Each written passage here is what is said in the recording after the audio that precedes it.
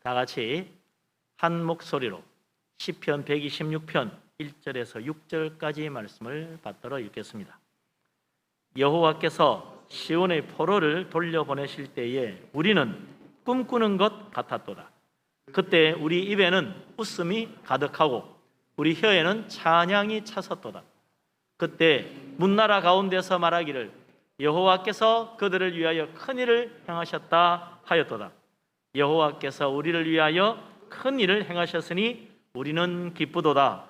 여호와여 우리의 포로를 남방 시내들 같이 돌려보내소서.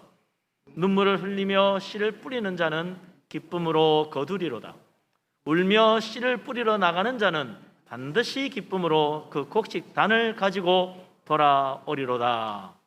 아멘. 잠시 설교를 위해서 마스크를 벗겠습니다만 우리 모든 성도님들은 좀 덥고 답답하지만 그렇게 참고 마스크를 잘 해주시기 바랍니다. 오늘부터 어제 문자로 보내드린 대로 이 소독용 티슈입니다. 그냥 물티슈가 아니고 소독용 티슈입니다. 그래서 지난주 당회에서 자꾸 이 3번 지역에 이 바이러스 환자들이 자꾸 생기니까 좀 더 안전하게 하기 위해서 우리는 사실 이 교회를 지금 고위험군으로 지정한다 그러는데 고위험군으로 지정해도 우리 교회는 더 할 게 없어요.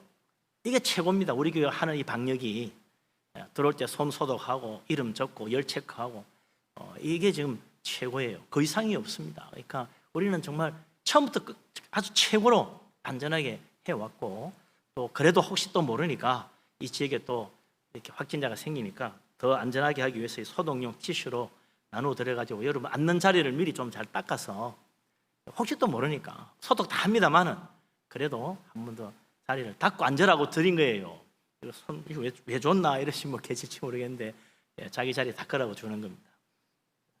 그리고 나가실 때는 우리 쓰레기통에 버리시면 되겠습니다.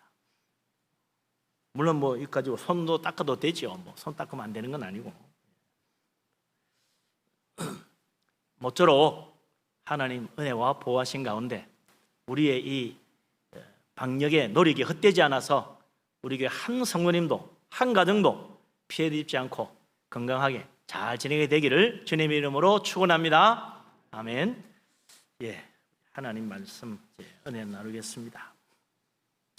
우리 찬송가 많이 부르는데 찬송가 가운데 말이죠. 은혜로운 찬양이 여러 개 있습니다만 오늘 사실 맥주감사절이잖아요. 근데 원래 맥주감사절 오후 예배 때는 성경 퀴즈 대회를 하는데 못해요. 이것도 못하고 있습니다. 그래서 오늘 제가 퀴즈를 하나 내겠습니다. 한번 다 보시고 알아맞혀 보세요. 찬송가 40장 찬송으로 보답할 수 없는 큰 사랑 주님께 영광 할렐루야 이 노래도 하나 있고 또 391장 오 놀라운 곳에 주 예수 내 주 참 능력의 주시로다 그 노래도 있고 288장 예수를 너희의 구주 삼고 성령과 피로써 거듭나님 지금 부르는 찬송들의 공통점이 뭔가 찾아보라 얘기죠. 난센스 아닙니다. 찬송가입니다. 이런 답 말고요. 난센스 아닙니다. 540장 주의 음성을 내가 들으니 사랑한단 말일세 믿는 마음으로 주께 가오니 나를 영접하소서 565장 애들 많이 부르던 노래 예수께로 가면 나는 기뻐요 나와 같은 아이 부르셨어요 예수께로 가면 그 노래 또 많이 부른 노래 있네요. 나의 갈 길 나가도록 예수 인도하시니 내 주 안에 있는 긍휼 어찌 의심하리요 384장 453장 나의 영원하신 기업 생명보다 귀하다 이 노래 공통점이 뭡니까? 우리만 하세요. 나가서 말하지 말고 2부 때 이거 비밀 세면 안 됩니다. 이 모든 찬송가 가사를 지은 사람이 한 사람이라는 거예요. 동일한 찬송시 작가가 지은 것이다. 너무 자주 부르는 정말 은혜로운 찬양들인데 기쁨과 감사와 은혜가 충만합니다. 그런데 이 찬양만 들어서는 이 공통된 찬송가를 지은 이 찬송시 작가의 마음속에, 그의 인생 속에 감추어진 그의 아픔과 눈물을 발견할 수 없어요. 너무 은혜롭고 너무 좋으니까, 너무 기쁨이 충만하니까. 이 찬송가 지은 사람이 누굽니까? 그것도 너무나 잘 아는 유명한 페니 크로스비라는 사람이 지은 겁니다. 이 사람은 맹인입니다. 페니 크로스비는 1820년, 지금부터 200년 전에 미국 뉴욕에서 태어났어요. 그녀의 집안은 영국에서 건너온 청교도 집안입니다. 아주 믿음이 신실한 가정이죠. 하버드 대학의 창설자 중에 한 사람이라고 그래요. 그 집안이 대단하죠. 그런데 페니 크로스비는 태어난 지 불과 6주 만에 눈에 염증이 생겨가지고 치료하다가 엉터리와 살을 잘못 만나가지고 약을 잘못 쓰는 바람에 그만 맹인이 되어버렸어요. 앞을 보지 못하게 된 페니는 항상 참 앞을 보지 못하니까 괴로운 가운데 있었지만 그 어린 페니를 끌어안아 주었던 사람이 누구냐면 할머니였어요. 그 할머니는 앞을 못 보는 어린 페니를 품에 안고 늘 성경 이야기를 들려주는 거예요. 그래서 페니 크로스비는 그 할머니 품에서 성경 이야기를 들으며 자랐습니다. 위대한 믿음의 사람들의 이야기, 하나님의 놀라운 은혜, 주님의 놀라운 기적들. 그러면서 이 페니 크로스비는 하나님을 알게 됐습니다. 창조주 하나님께서 나와 함께 하심을 깨닫게 됐어요. 그리고 내가 맹인이 된 것도 나를 통하여 하나님이 하시고자 하시는 분명히 하나님의 영광을 드러내고자 하는 뜻이 있다. 그걸 믿었습니다.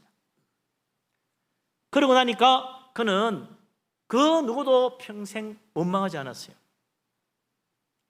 누굴 탓하지도 않았어요. 오히려 날마다 기쁨과 감사가 넘치는 행복한 삶을 살았습니다. 그래서 자기를 스스로 말하기를 나는 행복을 창조하는 사람이다 그랬다는 거죠. 그리고는 이제 자라서 찬송시를 쓰기 시작했어요. 이 찬송시가 너무나 좋아서 작곡가들이 그걸 보고 찬송을 짓기 시작한 겁니다. 그때 당시 위대한 복음 전도자였던 무디가 이 페니 크로스비 이야기를 알고는 그녀를 불러서 미국 전역을 돌아다니면서 같이 간증하고 하나님 찬양하고 복음을 전하는 그런 많은 일을 해서 수많은 사람들이 주께로 돌아오는 큰 열매가 맺힌 거죠. 크로스비는 평생 12,000곡의 찬송가를 지었다고 그래요. 뭐 정확한 개수는 안 나오는데 하여도 9,000곡 이상이다, 10,000곡이다, 12,000곡이다 뭐 그러는데 하여튼 그런 찬송가를 지었어요. 우리나라에 들어와 있는 찬송가에도 크로스비의 찬송이 어떤 사람 세보니 24개다 그러는데 저는 직접 세보진 않았습니다만 그만큼 좋은 찬양들이 가득합니다. 많이 부르는 것들이죠. 모든 것이 부족함이 없고 누구보다도 행복하게 살만큼 부유했느냐? 아닙니다. 그녀는 앞을 보지 못하는 소경인이 제대로 직장을 가질 수 없고 그저 찬송 시집 만들어서 발표하고 그 값으로 살았는데 그 당시에는 그 찬송시 하나에 대한 찬송시에 대한 그 대가가 너무 적어가지고 심지어 어떤 때는 월세를 못 낼 정도로 힘들었다고 해요. 그래도 이 페니 크로스비는 항상 감사하며 기뻐하며 찬양하며 살았습니다. 오히려 때로는 책 발행하고 판 그 값을 어려운 사람들이 나눠주기까지 했어요. 언제나 감사와 기쁨과 구원의 은혜가 충만한 이 크로스비의 찬양, 그 뒤에는 맹인이 된 그녀의 아픔과 눈물이 감춰져 있습니다. 사람들은 그걸 잘 못 느끼는 거죠. 그런데 어쩌면 그녀의 그 아픈 인생의 그 고통이 그녀의 찬양을 더 우리에게 큰 감동을 받도록 만드는지도 모르죠. 오늘이 맥주 감사절입니다. 1년의 절반을 보내고 무슨 감사한 일이 있을까 한번 생각해 보니까요. 올해는 글쎄요, 감사는커녕 참 하나님 앞에 너무합니다, 너무해요 라는 말을 하고 싶을 정도예요. 코로나19 바이러스 때문에 얼마나 힘든지, 수입도 줄어들고 형편이 더 나빠지는 사람들이 많습니다. 그러니 무슨 감사절이야 이때 그렇게 생각할 수도 있을 것 같아요. 사람들은 되게 감사하라 그러면 뭐부터 생각합니까? 감사하는 좋은 일이 뭐가 있지? 이번에 축복받은 게 있나? 그런 생각한다는 거죠. 그런데 페니 크로스비의 생애를 보면 태어나서 불과 얼마 되지 않은 눈병 앓다가 그만 치료 잘못해가지고 실명하게 된 이 평생 앞을 보지 못하고 살았던 그의 인생은 참 감사할 게 하나도 없을 것 같은데, 단 한 번도 원망하지 않고 하나님을 향하여 불평하지 않았고 늘 감사하며 찬양하며 살았으니 우리는 과연 제대로 참 크로스비의 믿음을 반이라도 따라가고 있는가 생각해 보면 참 부끄러운 게 많은 것 같아요. 오늘 시편 126편의 찬양도 그렇습니다. 이 내용을 보면요, 감사할 상황이 사실은 별로 없어요. 1절부터 배경이 나오잖아요. 원수에게 포로로 잡혀가가지고 참 기적같이 풀려나서 곡으로 돌아왔습니다. 너무 좋아가지고 입에는 웃음이 가득 찼고 너무 기뻐서 그 혀에는 찬송이 저절로 흘러나왔다는 거예요. 돌아보니 하나님의 큰 은혜요 축복이라, 세상 사람들도 다 야, 너 진짜 복 받았다, 포로로 잡혀가 어떻게 다시 돌아오냐, 하나님이 큰 일을 해줬구나, 네가 믿는 하나님 참 좋네, 다들 그러더라 이거죠.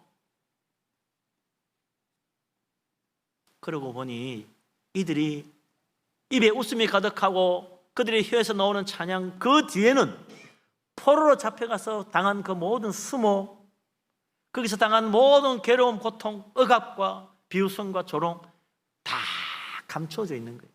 지금 그들이 웃고 있으니 다 좋은가 보다 생각하지만 그들의 수많은 눈물이 그 입에서 나오는 찬송 속에는 감춰져 있다는 거죠. 말로 닿을 수 없는 고통을 직접 겪은 사람들, 지난날의 아픔과 눈물, 오늘 포로에서 해방되어 돌아오는 그 기쁨과 감격, 그래서 더 큰지도 모르죠. 오늘 시편 126편 시인은 마지막에 그래서 우리에게 꼭 기억해야 될 놀라운 진실을 하나 깨달은 거예요. 그렇구나, 인생은 이런 거구나, 진짜 기쁨과 감사가 어디서 나오는구나, 어디서 나오는가, 이게 놀라운 이 마지막 시편 126편의 결론입니다. 5절 6절 정말 마음에 새겨두어야 할 그런 말씀이죠. 같이 한번 읽겠습니다. 시편 126편 5절 6절 말씀. 눈물을 흘리며 씨를 뿌리는 자는 기쁨으로 거두리로다. 울며 씨를 뿌리러 나가는 자는 반드시 기쁨으로 그 곡식단을 가지고 돌아오리로다. 아멘. 추수 때가 돼가지고 곡식단을 거두어서 하나로 안고 돌아오면서 좋아하면서 싱글벙글 웃으면서 돌아오는 그 모습만 보면 도저히 알 수 없는 그 추수단 속에 감추어진 비밀이 하나 있다 이거죠. 그게 뭡니까? 곡식 다 자라서 알곡 맺고 추수하게 되는데 그 농사일 한 가정 속에 일어났던 모든 눈물과 아픔과 고통은 농사 짓는 사람만 아는 거예요. 농부는 처음에 씨를 뿌리러 나갈 때 힘들고 어려운 과정을 겪어서 씨를 뿌렸습니다. 그래서 가서 뿌리면 되는 게 아니에요. 생각해 보세요. 밭을 갈아야지. 다 갈아야 돼요. 힘들어서 밭을 갈아야 돼요. 고운 흙이 될 때까지 땅을 갈아야 돼요. 깊게 갈수록 더 수확이 많으니까 깊게 가려고 더 힘을 줘야 돼요. 그리고는 땅만 갈면 됩니까? 거름을 줘야지. 거름을 다 해야 돼. 땅이 지력이 없어지면 흙가리를 해야 돼요. 다 걷어내고 새로 좋은 흙을 갖다 부어야 돼요. 그렇게 기름진 밭이 되고 나면 이제 씨를 뿌리는 거야. 그러니 씨 한번 뿌릴 때도요, 참 힘든 거야. 눈물을 흘리며 씨를 뿌리는 거야. 뭐 그냥 뿌리면 되는 게 아니더라고. 그동안 흘린 땀과 눈물이 씨 뿌리는 사람, 그 농부의 마음속에는 있는 거예요. 내가 정말 힘들며 땀 흘리며 애쓰며 이 밭을 갈아가지고 내가 이제 씨를 뿌리는구나. 씨 뿌리는데도 눈물을 흘리며 씨를 뿌리더라. 그걸로 끝나는 게 아닙니다. 씨만 뿌려두면 저절로 자라느냐? 아니죠. 계속해서 그 알곡이 연글 때까지 또 물도 대줘야 되고, 김도 메고 잡초도 뽑고 벌레도 잡고 병충해도 맞고 그래야죠. 역시 계속해서 땀과 수고와 눈물이 들어가는 겁니다. 그래서 마침내 알곡이 연걸어가지고 추수 때가 되니 이제 이 농부가 그동안 노력하고 애쓰고 정말 힘썼지만 그 마지막 거둘 때는 또 그냥 거둬지는 게 아니야. 내가 애쓰고 수고하고 노력을 다 해도 하늘이 안 도와주면요, 농사는 망치는 거예요. 씨 뿌릴 때부터 시작해서 하늘이 도와줘야 돼. 적당한 때에 비를 내려줘. 여름비 늦으면 내려줘야 돼. 다 잘 됐는데 비만 내리고 됩니까? 햇빛도 또 적당한 때에 아주 따뜻하게 잘 때려줘야 돼. 정말 햇빛이 올 때는 정말 제대로 햇빛이 내려줘야 돼. 그리고 마지막 추수할 때도요, 마지막 거두기 전에 정말 햇빛이 잘 나가지고 잘 마른 상태에서 거둬야지. 추수하기 직전에 비 한번 내려가 홍수 나면 끝장이야. 그러니 이게 다 내 수고와 눈물과 땀과 노력 그 위에 하나님 은혜구나. 그러면서 울면서 감사하며 추수해가지고 돌아오는 거예요. 우리 눈에는 안 보이지만 이 모든 것을 농사지은 농부는 압니다. 우리 눈에는 추수땀만 보이지, 알곡만 보이지. 우리 눈에는 마지막 맛있게 요리한 음식만 보이지. 그러나 농부는 아는 거예요. 이 곡식 하나가 이루어질 때까지 내가 얼마나 애쓰고 수고하며 눈물을 흘리며 참 힘겹게 일했는가. 그리고 그 모든 수고를 헛되지 않게 하나님이 때를 따라 햇빛과 비를 내려주셨는가. 그 모든 걸 다 알고 감사하며 기뻐하며 주님 앞에 나가는 거예요. 이게 추수단 속에 감추어진 비밀이라. 이걸 모르면 진정한 감사가 없는 거예요. 2020년 한 해 절반이 지나가는데 올해는 참 특이한 해다. 특별한 해다. 왜 그러냐면 코로나19 바이러스 때문에 연초부터 시작해가지고 지금까지 말이죠. 수많은 사람의 목숨을 빼앗아가고 온 세계가 두려워서 배도 마음대로 못하고 비행기도 마음대로 못 띄워요. 온 세계가 문을 걸어 잠갔어요. 돈이 문제가 아니야. 다 죽을 판이라. 예? 오고 가지도 못해요. 공장도 마음대로 못 드릴 정도라. 심지어 교회 예배도 마음대로 드릴 수 없게 되다니 누가 상상이나 했겠습니까?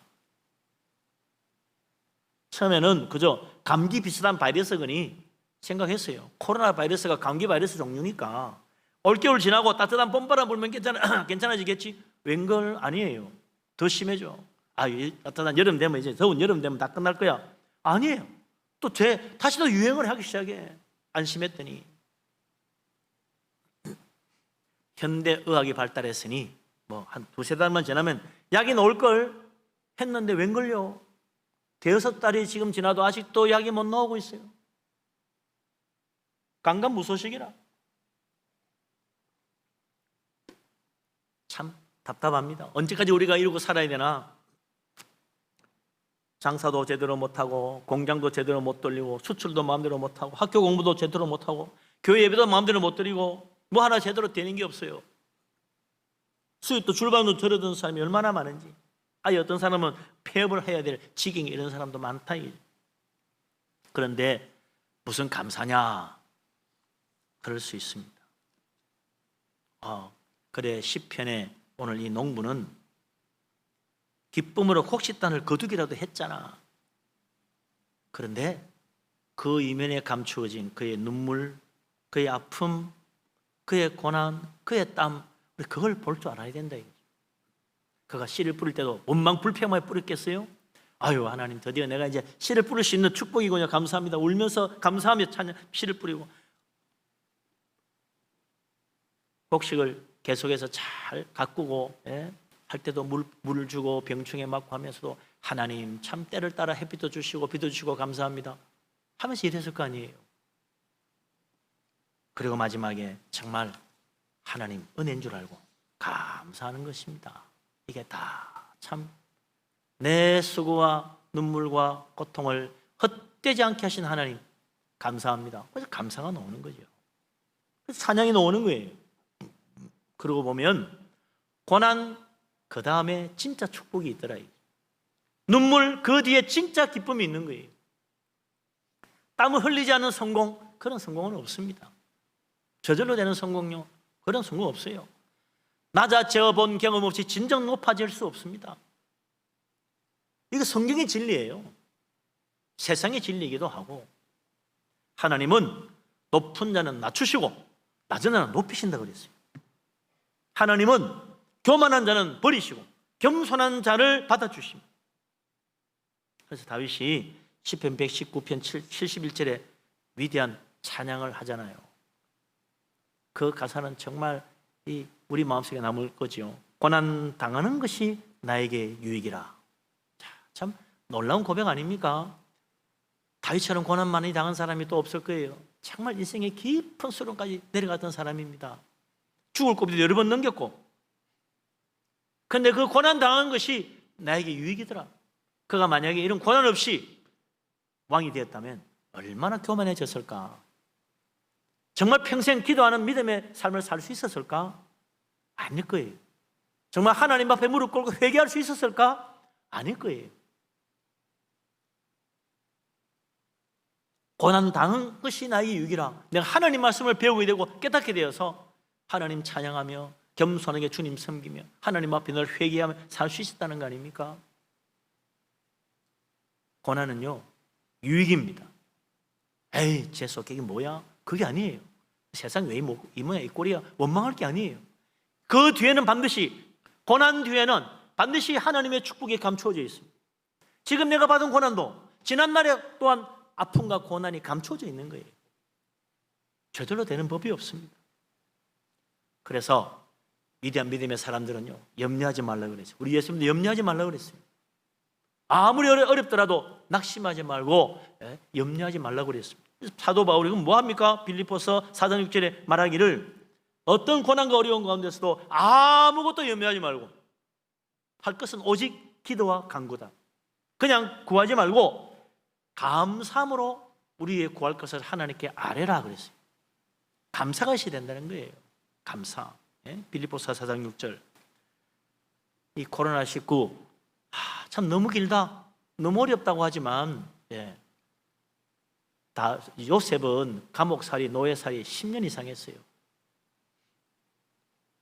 가망이 안 보였습니다. 전혀. 점점점 나아져서 총리로 올라간 게 아니에요. 총리가 되기 그 전날, 그날 아침까지도 그는 감옥에 있었습니다. 풀려날 수 없는 감옥에 있었어요. 다윗 나이 40에 유다의 왕자리에 오를 때까지 그는요, 망명자요, 오늘도 언제 내 목이 달아날지 모르는 위기 가운데 있었습니다.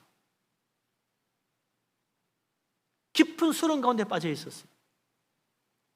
마지막에는 정말 이제 내 인생 끝이구나 싶었어요. 근데 그 고난과 위기를 넘기고 나니까 왕으로 부름받는 놀라운 일이 생긴 거 아니에요. 코로나19 바이러스 뭐 이제 몇 달 지났는데 염려하지 말고 원망하지 말고 불평하지 말고 하나님께 감사하며 우리의 어려움 하나님께 아뢰면 돼요. 이거 다 기도 제목입니다. 불평과 원망의 제목이 아니다 이거죠. 기도할 때 어떻게 기도해요? 감사하면서 구하라. 감사하면서. 그러면 하나님이 우리가 생각할 수 없는 놀라운 방법으로 축복해 주신다는 거예요. 그게 빌립보서 4장 6절 7절에 있는 바울의 고백 아닙니까? 감사하며 기도하니까 생각지 않은 길이 열리더라. 내가 기대한 것 이상의 응답이 오더라. 감사하며 기도하는 게 기도의 축복의 비결이라는 걸 바울이 깨달은 거예요. 어려울 때 감사하는 사람은 하나님이 잘 되게 해주십니다. 힘들 때 감사하는 사람은 나중에 몇 껍질의 복을 받게 만들어 주십니다. 감사하는 사람 되시기를 바랍니다. 감사함으로 진짜 복 받는 사람 되시기를 바랍니다. 감사해서 넘치는 복, 생각지도 못한 놀라운 축복의 문이 열리는 복된 체험을 할 수 있기를 바랍니다. 아멘. 이번이 코로나 바이러스 고난이 길지만 20년 이상 고생했던 다윗, 10년 이상 고생한 요셉 별거 아니네. 그래요. 그거 비하면 별거 아니에요. 감사해야 됩니다. 성경에 감사란 말이 몇 번 나오나 한번 세봤어요. 구약 성경 127번, 정확한지 모르겠습니다만 신약 성경 63번, 합치니까 120번이더라고. 190번. 그건 200번 가까이 감사 계속 나와요. 그래서 우리 기독교는요, 감사의 종교입니다. 기독교가 국교인 나라는요, 감사해요. 땡큐를 그렇게 많이 해. 한국 사람은 기독교 이제 믿어가지고 아직 땡큐가 잘 안 나와요. 감사 안 하니까 미국 사람이 그런데요. 땡큐 하라고. 왜 땡큐 안 하냐? 땡큐 해야지. 왜 땡큐 안 하냐? 땡큐 할 때도 감사도 할 때도 땡큐를 안 하는 거야. 얼마나 웃겨요. 미국 사람이 왜 너 왜 땡큐 안 해? 한국 사람은 아직 많이 멀었습니다. 입에 붙어야 돼. 실제로요, 성령을 믿는 그 유대인 탈무드에 보면 이런 말이 있어요. 너의 혀에 감사합니다라는 말에 버릇을 들이기 전에 아무 말도 배우려고 하지 마라. 거기 탈무드에 나와 있대요. 네 입에 이 감사하다는 말이 입버릇처럼 되기 전까지는 다른 말 배우려고 하지 마라 이거죠. 이게 시작이다. 이게 진짜 믿음의 시작이다. 감사합니다부터 해야지. 뭐부터 하려고 하느냐. 성경에서 감사 제일 많은 사람 누굴까? 단연 다윗이라고 생각해요. 다윗이 시편에 감사가 얼마나 많은지. 제일 감사 많이 하는 사람이. 근데 다윗은 가장 위기를 많이 겪은 사람이에요. 날마다 전쟁터에서 죽을 뻔한 고비를 한두 번 넘긴 게 아니에요. 사울에게 쫓겨다니면서 정말 덜해서 이슬 맞고 자고 동굴에 숨어 살고 포위당해서 정말 이제는 죽는구나 싶을 때 그냥 아슬아슬하게 넘기고 그런 위기를 수도 없이 견딘 사람 아닙니까? 다윗의 감사 속에는 그 모든 고난과 아픔과 눈물과 그리고 배신과 그 고통이 다 서려져 감춰져 있다.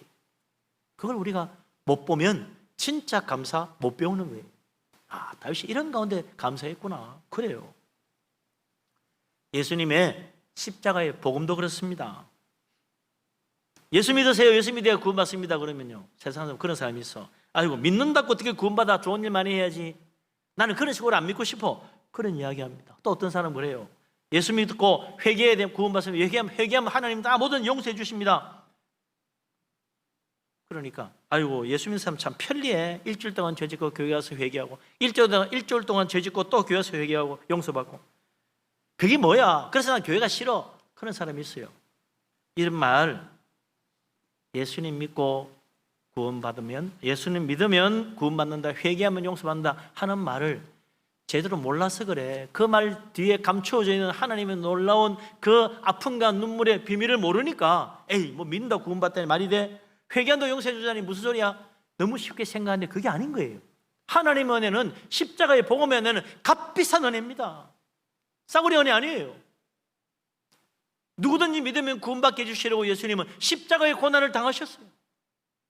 누구든지 회개하고 주님 앞에 엎드리면 모든 죄를 용서해 주시려고 주님은 십자가에서 자기 피를 다 흘리셨어요. 하나님은 자기 사랑하는 아들, 하나뿐인 아들을 십자가에 내어주시는 고통을 끝까지 참으셨어요. 그 하나님의 아픔과 예수님의 눈물과 고통을 이해하지 못하면 믿으면 구원받는다는 말, 에이, 그거 뭐 그런다고 되겠냐? 쉽게 그냥 넘어갈 수 있는 거죠.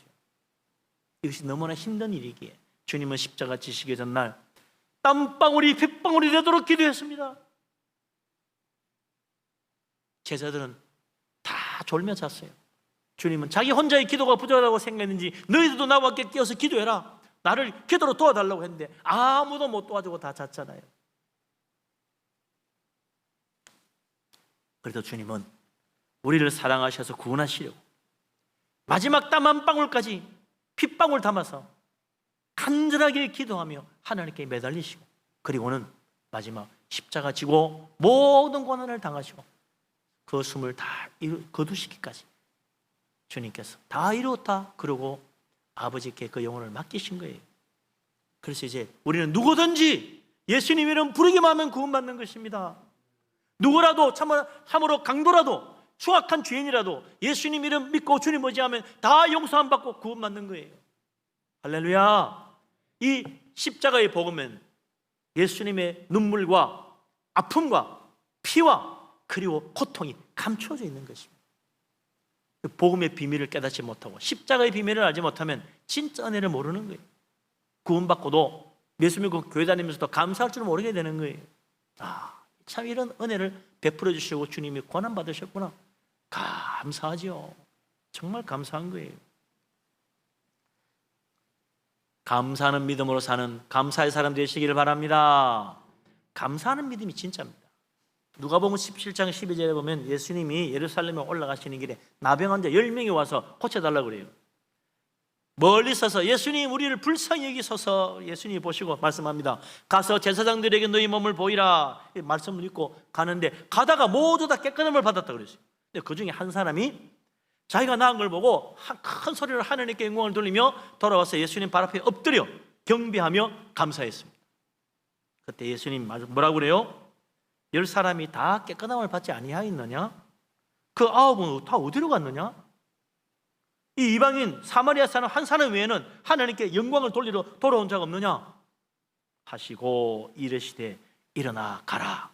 내 믿음이 너를 구원하였느니라 하시더라. 할렐루야. 아멘. 병 낫는 기적을 체험한 믿음이 그를 구원하지 못해요. 놀라운 능력을 체험하고 놀라운 은혜로 감격하고 다 해도 마지막에 감사할 줄 모르면 그 믿음은 그를 구원하지 못합니다. 감사하는 사람은 깨달은 거예요. 이게 하나님이 하신 은혜구나. 이게 하나님의 축복이구나. 그래서 감사하는 거예요.